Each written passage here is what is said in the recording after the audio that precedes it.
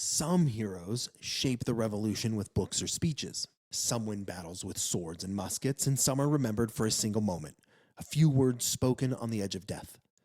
Nathan Hale was only 21 years old when he became America's first spy to be executed by the British. He had no great victories, no long career, and no time to become legend. But when the noose was around his neck, Hale gave the revolution a line that echoed for centuries. I regret that I have but one life to give for my country. Welcome to our republic. When in the course of human events it becomes necessary for one people to dissolve the political bands, sailors and airmen of the Allied Expeditionary Force.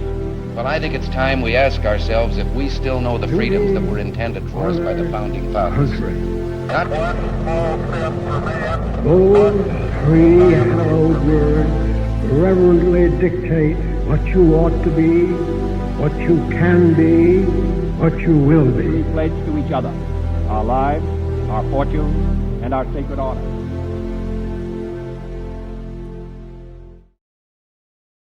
Nathan Hale was born in 1755 in Coventry, Connecticut, the sixth of 12 children in a devout New England family. Bright and ambitious, he enrolled in Yale at just 14 years old. There he studied mathematics, science, Latin, and Greek, but also sharpened his oratory skills. Classmates remembered him as both studious and athletic, and the kind of young man who could quote Cicero in one breath and play a fierce game of stickball in the next. After graduation, Hale became a school teacher, respected and beloved by his students. His letters revealed a thoughtful young man, earnest, moral, with a strong sense of duty. And when the revolution broke out, he didn't hesitate. He left the safety of the classroom and joined the Connecticut militia, and by 1775 had taken a commission as an officer in the Continental Army. Now, to understand why Nathan Hale volunteered for a suicide mission, you have to picture America in the fall of 1776. Washington's army had just been routed at the Battle of Long Island. New York City was falling into British hands. Refugees clogged the roads. Soldiers deserted. Supplies ran out. The dream of independence seemed ready to collapse only a few months after the Declaration had been signed. British war trips patrolled the Hudson River. Redcoat soldiers occupied Manhattan. Loyalist spies whispered in taverns. And Washington, desperate, surrounded, and outnumbered, knew he needed intelligence. Without it, the army might be trapped and destroyed. Spying was dangerous, even dishonorable. Officers avoided it. Capture meant certain death, not as a prisoner of war, but at the end of a rope. Washington asked for volunteers. No one in the room stood up. No one. And except a 21-year-old Nathan Hale, who stepped forward. Disguised as a Dutch school teacher, Hale crossed into Long Island to observe British positions. He carried no cover story, no real experience in espionage, just a school teacher's calm and a soldier's sense of duty. But he was young and untrained, and within a week, he was discovered. Some accounts say he was betrayed by loyalist agents who discovered him. They recognized him. Others, that he was caught carrying notes in his shoes. Either way, the disguise failed. Hale was arrested and brought before General William Howe, commander of British forces.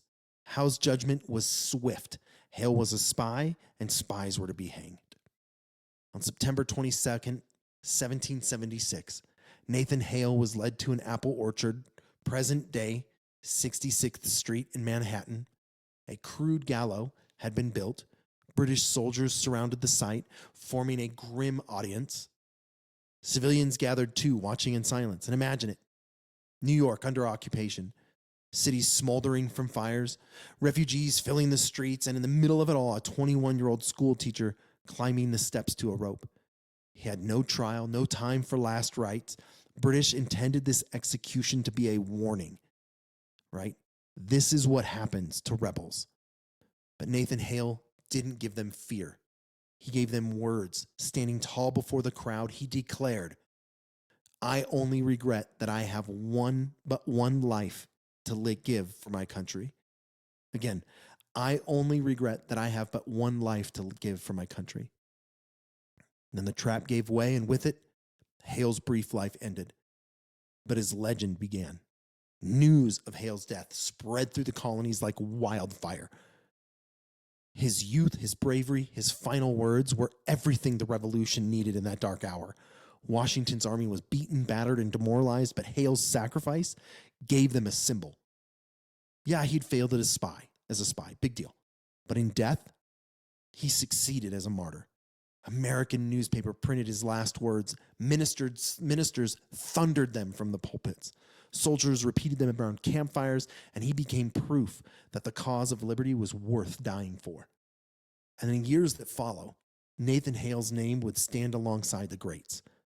Not for the battles he fought, but for the courage he showed in the moment that mattered most.